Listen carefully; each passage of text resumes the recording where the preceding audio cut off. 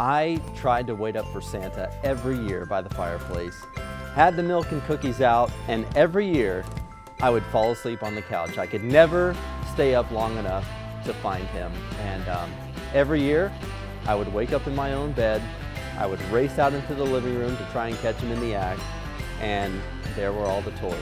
Probably my favorite Christmas memory is waking up and all of us running just to our Christmas stocking, along with the presents, but our Christmas stocking, because that's where we got all of the candy. That's the first thing that we always went and got as we were opening our presents. Early in my marriage, my children were little, and my husband called me up and said, honey, bundle up the kids, bundle up yourself, be ready at 7 o'clock. Had no idea what we were doing. We stepped out our front door, and there was my husband with 2 horses and a boombox strapped to the saddle playing Christmas music. So we loaded up the kids and me and my husband, and we actually rode through our neighborhood looking at Christmas lights with Christmas music. It was a spectacular night, and one that I think my kids and I will always remember. I was 5 years old, getting ready for bed, had my Superman PJs on with the Velcro cape, latched on, ready to be Superman. It was Christmas Eve. I was really excited about Santa. And my parents were like, you gotta get to sleep or Santa's not coming. So I rushed to bed, and I get to bed, and about 5 minutes later I hear sleigh bells, and I hear a racket on the roof.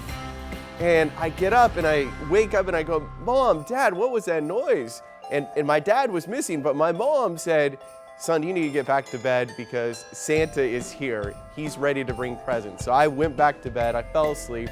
I woke up the next morning and the Christmas tree was filled with wonderful presents. My dad said, hey, Mike, you need to go look outside. I think Santa stopped by. So I went out to the back, and sure enough, there were sleigh tracks in the backyard. So Santa had actually arrived at my house. That's what I had heard on the top of my roof the night before. When I was about 7 or 8 years old, and it was Christmas Eve, and we heard carolers. We thought it was a radio at first, but it wasn't. It was people from my grandparents' church, and they were just packed into the front yard, and they were singing carols, and it was just really cool. And we would put up this huge 12-foot Christmas tree in my parents' home, very high ceilings, and then we would have a gathering, all of the family members. But we would have a huge feast for dinner and open up all the presents underneath the tree, and that was definitely my favorite Christmas memory as a child. Remembering back to when I was a kid and just the excitement of Christmas Eve, getting to bed early, and then not understanding why my parents and why my brother, who was older than me at the time, why they weren't going to bed yet. And I kept telling them, you got to go to bed, Santa's coming. And they would finally get to bed.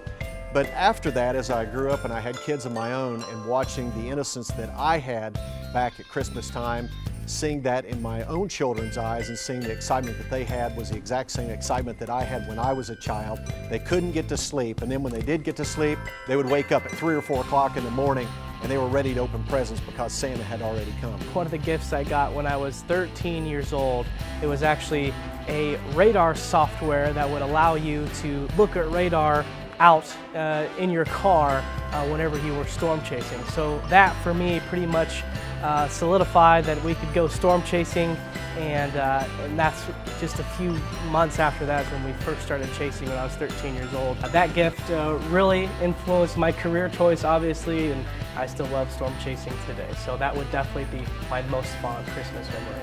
Every year we would make these cookies. My family and I would make these cookies called Gongi cookies. And Gongi is the name of my great-grandmother. I have no idea where that name came from because it's kind of unique, but Gongi cookies it was. So every year we would make these Gongi cookies, which are essentially butter cookies, but we would roll them so thin and you have to have so much countertop space. And it would end up making hundreds and hundreds and hundreds of cookies.